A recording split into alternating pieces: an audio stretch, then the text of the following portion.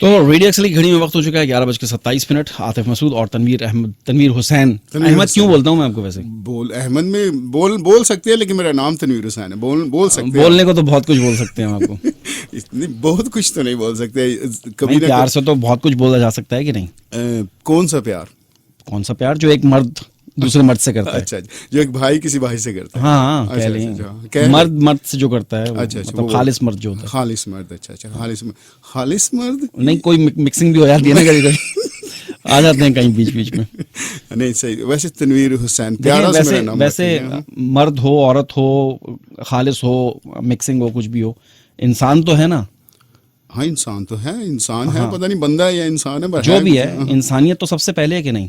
اس میں کوئی انسانیت تو ہم بچپن میں سنا کرتے تھے جی سب سے بڑا مذہب انسانیت ہے. تو بہت سارے مولانا جو حضرات ہوتے ہیں وہ بھی اور ہم جیسے بھی سوچتے تھے کہ یار یہ کیسی غلط بات کر رہا ہے، یہ تو کفر کے جملے، یہ انسانیت سب سے بڑا مذہب ہے.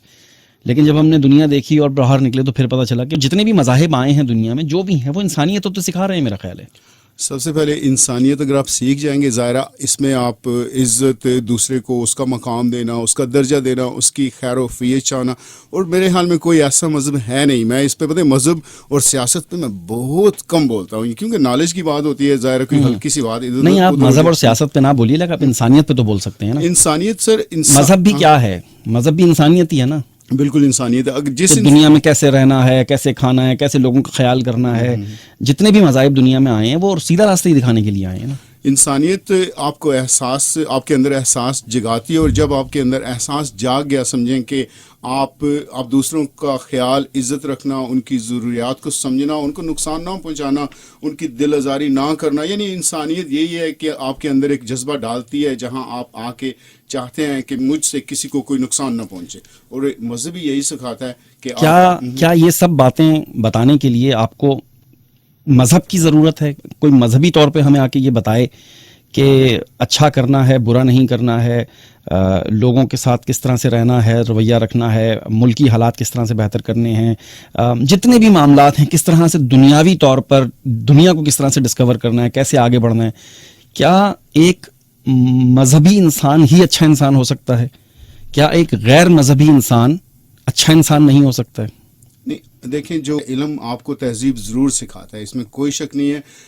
مذہب آپ دیکھ لیں کہ ہمارے مذہبوں میں ہو کہ بھی رشوت کہاں پہ نہیں، چور بازاری کہاں پہ نہیں، مکسنگ کہاں پہ نہیں. سبھی اگر باہر آپ دیکھ لیں تو بورڈ کے اوپر بہت بڑے مذہبی نام بھی لکھے ہوئے ہوں گے. اس کا ظاہر ذکر ہم نہیں کرنا چاہتے کیونکہ بہت سارے بندوں کی دل آزاری کنٹروورشل ہو جاتا ہے تھوڑا سا. لیکن میں تھوڑا سا اوپن رکھنا چاہتا ہوں اس کو. میں تو سیدھا سا سوال آپ سے پوچھا ہے کہ کیا ایک اچھا انسان بننے کے لیے مذہب کا لیبل لگانا ضروری ہے؟ کوئی ضروری نہیں ہے. انسانیت ایک غیر مذہبی انسان بھی جو مذہب کو نہیں مانتا ہو یا مذہب پر زیادہ فالو نہ کرتا ہو وہ بھی ایک اچھا انسان ہو سکتا ہے. انسان جی بالکل. ہم یہاں کتنے ایسے لوگوں سے ملتے ہیں جو مذہب کو بالکل نہیں مانتے لیکن وہ اعلیٰ نسل کے انسان ہیں. بالکل. وہ اپنی بات انہوں نے دنیا کے لیے کیا کر دیا، انہوں نے اپنے معاشرے کے لیے کیا کیا، انہوں نے اپنے پڑوسیوں کے ساتھ ان کا معاملات کیسے ہیں، دوستوں کے ساتھ کیسے ہیں، کاروباری معاملات کیسے ہیں، پھر ان کے کولیگز کے ساتھ ان کے معاملات کیسے ہیں، وہ سب آپ کے سامنے ہیں. کیا ہے اس میں کوئی جو مذہب ہے وہ تو اس کا اپنا لینا دینا ہے نا. وہ جاتا ہے جدھر مرضی جاتا رہے.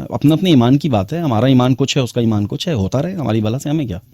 دیکھیں ہم اگر مذہب کی بات لے لیں، جب ہم خود کو ایک اچھے مذہبی اپنے آپ کو ایمبیسڈر پیش کریں گے تو پھر ظاہر ہے لوگ ہم سے متاثر ہوں گے. اور ہم دیکھیں ہم غیر مذہبوں سے اس لیے متاثر ہو رہے ہیں کہ ان میں انسانیت ہمیں کوٹ کوٹ کے بھری ہوئی نظر آتی ہے. لیکن وہ مذہب کا نام نہیں لیتے نا بھائی. یہاں برا مذہب کا نام لیتا ہے کہ میں کرسچن ہوں اور میرے کرسچن مذہب نے یہ کہا ہے کہ تم یہ سب کچھ کرو. وہ تو کہتا ہے بس یہ ہے. یہ دیکھیں اچھائی اور برائی نا انسان کے اندر بلٹ ان ہے. جب انسان پیدا ہوا ہے اس کو پتا ہے کہ اچھا کیا ہے اور برا کیا ہے. جب ہم بڑے ہوتے ہیں ہمیں کسی کو بتانے کی ضرورت تھوڑی ہے. آج کے دور میں آپ کو لگتا ہے کسی کو بتانے کی ضرورت ہے کہ کیا اچھا ہے کیا برا ہے؟ جتنی دنیا نے ترقی کر لی ہے تو اب تو ہمیں کسی کو بتانے کی ضرورت نہیں ہے کہ عدل کرنا ہے یا ناانصافی کرنی ہے، کم تولنا ہے یا ٹھیک تولنا ہے، کسی کو دھوکہ نہیں دینا ہے، کسی سے جھوٹ نہیں بولنا ہے، کسی سے فریب نہیں کرنا ہے، کسی کو دل نہیں دکھانا ہے، کسی کو قتل نہیں کرنا ہے.